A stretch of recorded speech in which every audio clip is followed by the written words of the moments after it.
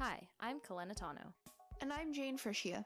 And this is On the Other Foot, a no-holds-barred look at the world of dance. Each week, we bring you a podcast on nutrition, lifestyle, and mental health for regular people who happen to dance.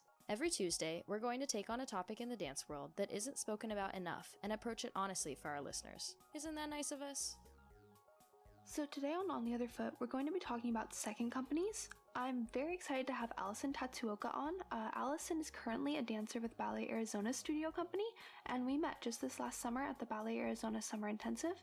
Alison is not only a dancer, but a student at Columbia who chose to defer for 2 years in order to dance with second companies.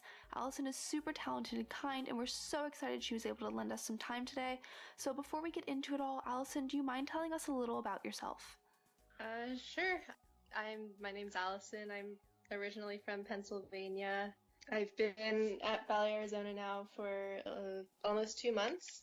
All right. Well, today we're just going to be talking a little bit about Alison's career in second companies and just a little bit about what that lifestyle is like. So just a little bit of background. According to Dance Spirit magazine, a second company is, quote, a small dance company, often 6 to 12 performers, affiliated with a professional company. Most second companies hire dancers between ages 16 and 23, and the contract length varies, but it's usually 1 to 3 years. Does that sound about right to you?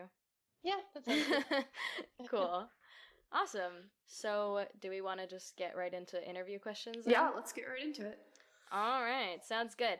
So, first of all, can you just give us a short background on your training and your journey of how you kind of eventually ended up at Ballet Arizona? Sure. So I started ballet when I was 3. I grew up outside Philadelphia and in the suburbs of Philadelphia. I didn't get really serious until maybe I was around 14. I switched studios and I met my very Russian Soviet style coach. And I stayed at that studio until I graduated high school. And then my senior year of high school, I was taking the train to go to New York for open auditions, but I don't know. I feel like growing up, I really didn't think I was good enough to dance professionally at all. And then going to those kind of catacall auditions is not really They're the worst. Yeah, it's a lot. very reassuring in that aspect. And so I didn't really get anything from those. And I was still doing high school, and I love school. I've always been a student. And I had gotten into Columbia, and originally my plan was with these auditions was to try to get something, and if I got an offer for a year to take a gap year or something, and then go to Columbia after that. And then I didn't get anything, and so I just went to Columbia. I say that as if it was a consolation prize or something. Yeah, Columbia is, I just casually went to an Ivy League. It's not a big deal. But yeah, and then, so being in New York, I kind of was surrounded by the dance world for the first time in my life. My studio was very small and it was very kind of isolated. And so all of a sudden I was kind of dropped right into the center of the ballet world in America. And I had these fantastic teachers, and I would take class with like Misty Copeland and Christine Shevchenko and stuff at Steps. I stood behind Wendy Whalen at bar once, and that was the dream. Incredible. And Wow. I kind of realized as I was there, I loved school. I loved all my classes. I wanted to be a writer and a physicist and everything like that. But I kind of realized for the first time in my life, oh, I could do this. I could be a dancer. I could make it professionally. I'm good enough. I just have to get lucky. Yeah. And so I decided in the winter that I was going to go and retry all the catacall auditions.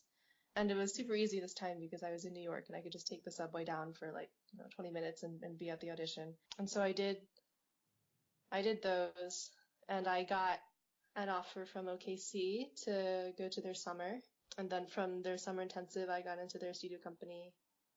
And then I deferred my sophomore year from Columbia. Cool. And then I was in Oklahoma, and I didn't have a good season. like I got injured and I wasn't a good fit for me, the company. And so I told myself, like, I'll audition again. Like, I have another year to try this. And so I did, and I auditioned for Ballet Arizona, and I went to their summer, and I am here now. Yeah. Awesome.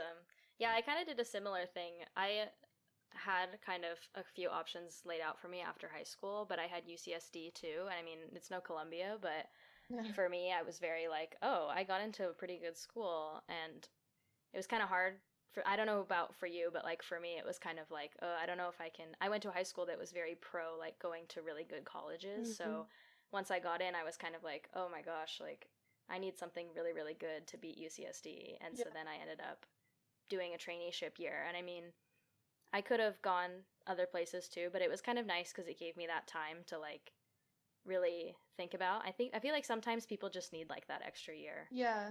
To like prove to themselves that like that's what they want to do. Yeah. And once you've kind of tried out both ends, it's like you know what you are kind of meant to do. Yeah. kind of thing. So yeah, that's really cool. Like it made you so well-rounded, and so because I remember the time we spent together during the summer, I remember one of the first things you said to me was like, "Oh, great, you're my age too," and it was just this kind of, it gives you a different sense of self, and I could definitely tell just from like knowing you for a short time that you have a really good sense of self. Oh, thank you. I mean, you too. I mean, I think like I'm happy that I never was in like a conservatory or anything, or I didn't drop out of high school to do ballet. Like, I mean, probably in many ways like my life would have been completely different if I had, but I'm like glad that I got the chance to like have a normal high school experience, and I got the chance to like go to college for a year and be like a whole person outside of just a ballet dancer. Yeah. And like with that being said, because you've had that experience in college and you have had that experience being a whole person, you did still choose to take a second gap year and go into a different studio company. So what keeps you wanting that? What keeps you artistically fulfilled and hungry enough to keep dancing and take that second gap year? Oh, it's interesting. So when I first deferred, it was kind of with the mentality that like, like I have this like kind of dream or hope of being a dancer that I mean, I'm not going to get this opportunity to like fulfill it anytime else. And so I'm just going to go and I'll kind of get it out of my system, and then I'll come back to Columbia. And I mean, not stop dancing, but come back. But it's interesting. I don't think that like life really works like that. I think you never really get things out of your system. Yeah, really. Like, you kind of like dive into this new world, and instead of being like, okay, like I've seen it and I'm okay now and I don't have to see more of it. It's like the further you go into it, the longer you spend in it, the richer it becomes, like the more kind of like it keeps you yeah you just want and want. The once more you get, the more you want. I feel it's funny. It's funny. I really feel like exactly the same way, like with what I've done too. Like it was very like, okay, like I'm just gonna leave school for a little bit and like get it out of my system, like go dance for a little bit and then feel like I made it, and then I will go back and into my like business major career. But it's kind of like every year comes around and I'm like, okay, adding on a couple more years to my like timeline. There definitely is that every year reassessment. I mean, even coming into school this year, there was this moment where I was like, you know what, this doesn't have to be my major, but it's like this recommitment you make to yourself year after year after year. But then you explore other passions too, like obviously we all have, and then you end up 5 careers in and you're like, oh my god, what do I actually do? But that's what's so cool to me about like what you guys are doing. It's like you guys are dance majors, but you're also taking like, like all these other academic classes, and I think it definitely keeps me busy. Oh yeah. The schedule is, my Google Calendar is a sight to behold. Although I'm sure, Alison, your schedule is also a sight to behold. It's the ballerina lifestyle for sure. So kind of going off of that, comparing maybe like the first year that you decided to defer and then going into your second year of leave, do you think that when you made that initial reassessment, was your reasoning any different when you decided to take that full second year? Yeah, I think so. My first year didn't go well, and I did not like the company, and they didn't really like me either. It happens. Yeah. Everyone listening, it happens. Yeah. It's a career like any other career. Yeah, I mean, it really is just about finding your place. But I think a lot of it was like maybe kind of the same desire to like prove to myself that I could do it, or like give myself another chance to do it and like to do it well. But I remember it was very scary deciding to do it because like my first year going into it, I had no idea what was going to happen. Like I was completely blind. I mean, I'd never even been to a summer intensive before that summer. Like I'd never been in like a professional ballet setting. And so I just had no idea what to expect. And so I was excited, but it was like, I don't know, it's like you're opening a door, you know? Definitely. But going into this year, like I had an idea of it and like my experience, I mean, in a lot of ways, like I made such like amazing and beautiful friends and I grew so much and I learned so much about what it takes to be a dancer and like what it means to be a dancer. But at the same time, like it was so like emotionally tough that when I mean, I even wrote this down in my notebook. I was like, you know, like thinking about staying here for the next year, like a whole other year, like it's just like fills me with such like dread because I had such like a negative experience. And I understood really how long a year was. But at the same time, I think it was easier because I wasn't coming into it like completely blind. And it was like less, I think, climactic because I was like, do you know what? Like, I'll just stay here. Like, you know, like I'll just stay in this life as opposed to like, I'm going to leave my life. Yeah.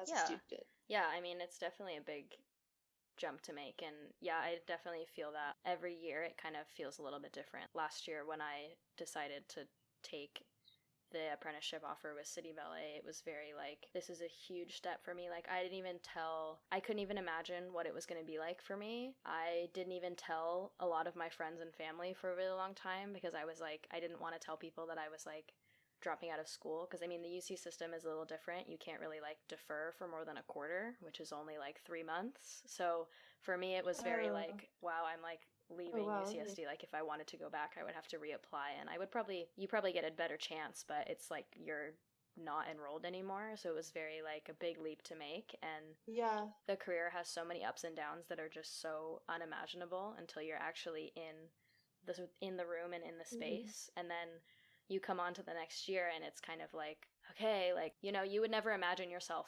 taking it for 2 years. You know, kind of you're in it and you're like, oh my God, I don't know if I can do this anymore. And then comes around contract time and you're like, sign me up. I'm on. Yeah, and for those of you listening that don't know, I think Alison really emphasized a great point. Ballet dancers and dancers in general do take their lives year by year. And that's kind of something that coming into the career professionally, we all understand. But it's really difficult. It's a difficult emotional burden. Like Alison was saying, it's a difficult financial burden to have to find somewhere to live every year and have to find a lease and friends and just, it's all new year after year. And it's a really big deal. And it's definitely something that doesn't get brought to the forefront. Like, I mean, Nelson, you're saying like when you're making your decision, dancers really just want to give themselves a chance to believe in themselves and to see how far they can take it. And so we do sacrifice things like a stable place to live and a stable income. And it is scary, especially to do at our age, because we're all really young. Yeah. We're all 19, 20. But I mean, I am glad that the decision for you was maybe not easier the second year deciding to defer, but at least you did know what it was like. So I guess getting into maybe like a happier, more of a like, this is what I do now, because obviously you're glad about the decision. What is your life like at Ballet Arizona? What is your daily schedule? Just kind of talk us through that. So with the second company, we perform and rehearse with the main company, and then we also are performing and rehearsing with the school. So it's like basically a double schedule. So we have company class at 9 every morning, and then various rehearsals. It kind of depends day by day. Until 4:30 is when the company ends, and then we either take class with the school again, or we go to like this gym and do like workouts, which is like actually so sick because like I don't know if you Yes. can see. Oh, for everyone listening, Allison is buff and she will beat you up if you don't subscribe to the podcast. Yeah, you look fantastic. So shook. Like, I have biceps.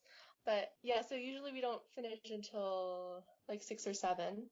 7 every night, so it's Jeez. like basically 9 to 7. Yeah. But I mean, there's like breaks in between and Yeah. Still a long day. yeah, and stuff Yeah. like that. Long day. Yeah. Yeah, that's cool. Yeah, I Yeah. know that all long these day. like second companies and trainees and things like that, it's like a real grind to be doing when you're like 19, 20. Like I talk to people or I meet trainees who are coming to our company, or I like my year being a trainee, or hearing people come from other places and hearing about their experiences as trainees and second companies. Like it's a grind. Like you're up all day in with the company, and it's very like, yeah, You're trying to work. yeah, When's the time for that? It's like it's like next level. I mean, Yeah. coming into a company and having a spot in the core or as an apprentice is one thing, but I feel like coming in as a second company member or a trainee and having to dedicate so much time and be moving to still be in the same situation, moving to a new place is like really insane. Yeah. Yeah. All right. Hey everybody, Kalena here. Before we keep going with this amazing interview, let's take a quick break to talk about On the Other Foot. I know, as if we haven't talked about it enough. On the Other Foot is currently entirely run and produced by 2 college students and funded by the little change in our piggy banks, as well as the generosity of our guests and contributors. If you'd like to support On the Other Foot, consider making a contribution by becoming a supporter through Anchor. You can become a supporter today by navigating to our Anchor page and clicking Support This Podcast. Your contribution supports conversations between dancers, teachers, and all regular people who are a part of the On the Other Foot community. Thank you so much for listening, and enjoy the rest of this episode. Okay, so we are back with Alison, who is a second company member at Ballet Arizona, and we have been having a great conversation about second companies so far, so we're just going to keep that going right now. So, dancers our age are often made to feel like they have to choose between education and professional dancing, but between us, there are kind of 3 different ways to have both worlds. I'm an apprentice at a company, Jayne is a student, and you're a second company member. So what do you think of this kind of dichotomy, and do you ever feel kind of slighted in your career by returning to school before joining a main company? I don't know, because it hasn't happened yet, yeah. so I don't know how I feel yet. Does the prospect of knowing you have these 2 years and not really anymore, like what does that feel like? The possibility that you might go back to school and take not a break from dancing, but another break from professional life before deciding on something else or deciding to dance with the main company. It is sad, I think. My mom just visited me. We were like performing this past weekend, and so she came out, and she always like whenever she sees me, she's like, Allison, like just like making sure like you're still going back to college. It's a right? tough And one. like, yeah, That's tough. Yeah. Mm-hmm. We've all had that conversation. I don't know. It's kind of sad. Like again, it's like the more you're in a world, like the more kind of becomes clear. Like you see more colors, I guess, in the landscape. Like there are things that, like the idea of like working your way up the ranks, or like getting a dream role or something. I mean, last year at OKC there was a principal who retired, and she'd been dancing there for I mean over a decade, I think. And I don't know, you see things like that, and you realize like how beautiful this career is, and It's how true. lucky you are to be able to do it. And I mean, when I think about leaving Arizona, like I become very sad about it. I think I will be very sad if I leave. But at the same time, like there are parts of it that like ballet is like really brutal mentally. Yes. And so there are days when like you think about like just how exhausting it is, and like how like just how exhausting it is to like always be worried or like caring about what other people think of you, like and like to have to care about that as opposed to like you know, like normally everyone else would be like, no, like just be yourself, like but dancers, like we really have to care, like It's true. so like sometimes I think about that, and I become very relieved that I have that this won't be my whole life, you know. I definitely understand that feeling, because it is, I mean, I keep addressing everyone listening. For everyone listening, we do all feel really lucky to be dancing, and it is this strange, almost Stockholm syndrome career where you're taken prisoner by it, because it's your passion. You love it. Any chance you get to dance on stage professionally or otherwise, you take it and you feel grateful for it. But there is this, like Alison is saying,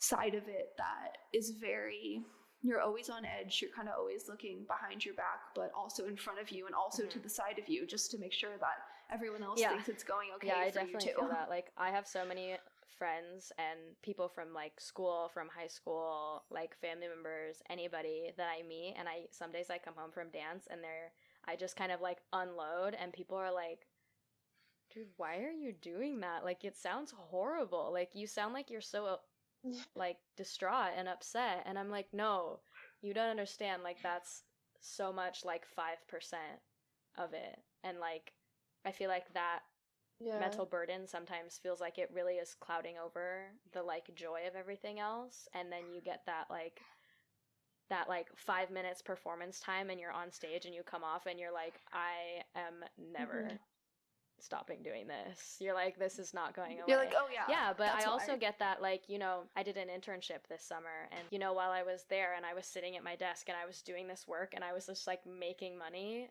I was like, this is insane. Like this is such an easy, I mean it wasn't easy, but like this is so not burdening me mentally.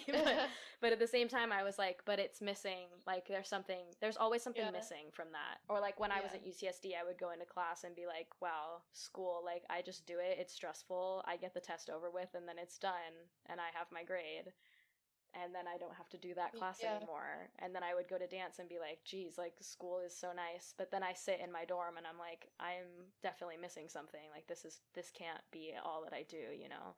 It's always that like, I want just a little bit more. It's like, once you get a taste of it, it's like you really cannot let go. It's rough. And with Kalena and Alison, they are, because they're young, not because they're not talented. I've seen both of them dance, and I'm telling you now, they're both very talented, but because they're young, they're in a low position in the company. And when you are just starting out, that hyper intense feeling of what everyone thinks of you it echoes through you because you have so much to prove. So definitely we're so grateful to have. From what I've seen, like it continues even, you know, when you're in the company.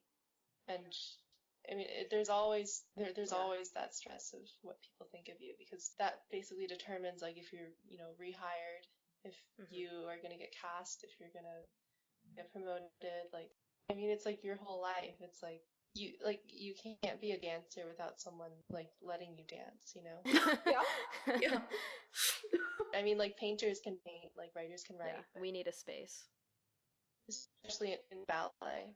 Like, alright, so now that we just kind of gushed over ballet for a little bit, is there anything that you would entirely abandon ever going back to Columbia for? Is there anything that would just make you be like, nope, I'm not going back to school, I'm staying here, I'm staying in this, you can go see where you gotta go, Ivy League college, I am here? I don't know, I don't think there's any big specific thing. I mean, it's definitely something I'm gonna have to think a lot about, like, it will come down to, I think, whether I want to be a dancer or whether I want to Yeah. be something else. So yeah, I don't know. It's so hard because I usually take decisions like like I don't like Yeah, to make same here. decisions. So yeah. Who does? Yeah, it's kind of like when But the opportunity yeah. comes, you know, but before then you're like, nothing could ever make me leave. Like that's how I was. I went into intensive last year and was like, I'm just gonna be a trainee. Yeah. Like nothing's gonna make me leave UCSD. And then I was like, ooh, I kind of want to do that. Yeah. It's like something shows up and you're like, okay, Yeah. I didn't think of that, but cool. Yeah. So, just to finish off, can you leave us with a little bit of advice for dancing and juggling education and professional training at the same time? Kind of like you did your first year and probably now. Well, I think I was really lucky, I think, growing up because I mean, I had parents and teachers who never made me feel like I had to limit myself. I had a piano teacher. She's like one of the most inspirational women in my life, but she would always tell me about like how society today, like there's such a kind of conception of an artist, which is like someone who like basically devotes their whole life to this one craft, and like that's what it takes to be a great artist. But she was saying, because like I mean I did piano in high school too, and I drew, and I did ballet in school and all that, and so she would tell me like, but actually like in like even just a couple centuries ago, like the idea of an artist was like a Renaissance man, like Da Vinci was Yeah. an inventor as well as a painter and as an architect, scientist, and that, you know, that was like really comforting to me. And I also think like in order to be like any kind of artist, like you have to be like a whole person outside of that. Yeah. Yeah. Like Absolutely. you have to be able to like connect things, and that's the way you get like new and original thought, I think, is by making parallels between like different things that are specifically like important to you. Like everyone has things that are specifically important to them, and or like a specific combination of things that are important to them. And yeah, I think that's like it's not just like, you know, it's not just like, you know, you can do like ballet in school. It's like it's like, I mean, I think, at least for me, like it was so integral to me becoming a dancer and me becoming a student. Yeah. Like Yeah. That's like such a cool quote. Yeah. Well, that was a beautiful sentiment. That's awesome. Yeah. Yeah, I think that's really true. Like I meet people in the dance world and like you see choreographers, and you know, I feel like there's a rhetoric in the ballet world and like the way that society looks at the ballet world that's very like, oh, people who do ballet, like you only do ballet, like that's your whole gig, like you don't do anything else. But like everybody I meet does different things, and honestly, like I meet people and the more experience and uniqueness they have to them, like the more interesting of a person they are to talk to. And like when I start to see people choreographing, the people who I see who have like this incredible like choreographic like gift are people who have had like so many different experiences and drawn from different places. So I really think that like for young people, like when I talk to my students and they tell me like, oh, I do this and this and this, but you know, I feel like I have to like just do this, like I can't focus on anything but ballet. I'm like, you guys, like go do something else.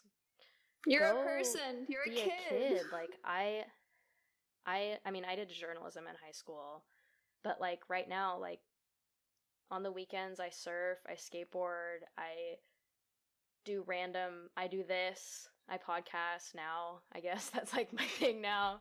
I have I guess we're doing this now. I guess we do that now. And like, you know, and I talk to other people and they're like, yeah, I do this and this and this. And like people who are like, yeah, I study. I go to school on the weekends. Oh yeah, I forgot about that. I go to school.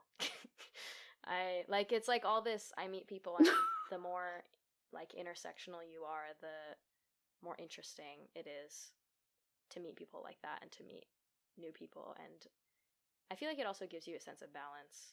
Like, well, because it's such an old-fashioned school of thought, and like I would love to meet this piano teacher who thinks that dancers need to be Renaissance men and women, because she's right. But it's such an old-fashioned school of thought that to do ballet, like you have to be on crack to stay skinny, and that's the only thing you do. And you just give your whole self to it, and if it kills you, then I guess that's too bad. And that's one of the reasons I was so happy to meet Alison over the summer, was because she was just another person that opened my eyes to the fact that it's so much better to meet a dancer who is well-rounded. And I don't want to misconstrue it and say that going to school is the only way to be a well-rounded person, because it's not. School isn't for everyone. It just happened to be something the three of us found solace in. But just the idea of exploring other passions is a beautiful sentiment. And can your piano teacher adopt me? No, she's amazing. She's so cool. Okay, well, this has been an incredible recording, first interview that we've done, and Alison, thank you. Yeah, you are the first interview that we've done, so congrats on that. And it went awesome. I mean, we'll see in post-production how I do on my end, but interview-wise, I mean, we have went awesome. Awesome stuff, awesome content. Well, anyways, thank you so much for giving us this time and talking to us. You have some awesome ideas, thoughts, inputs. Yeah, I think this is so cool. So, yeah, I'm excited for you guys. Awesome. So, anyways, thank you so much for being on. Thank you so much. Yeah, thank you for having me.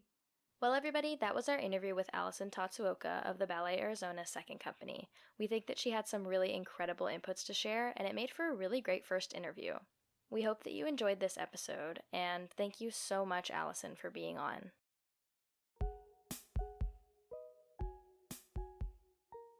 We hope you enjoyed this week's episode of On the Other Foot.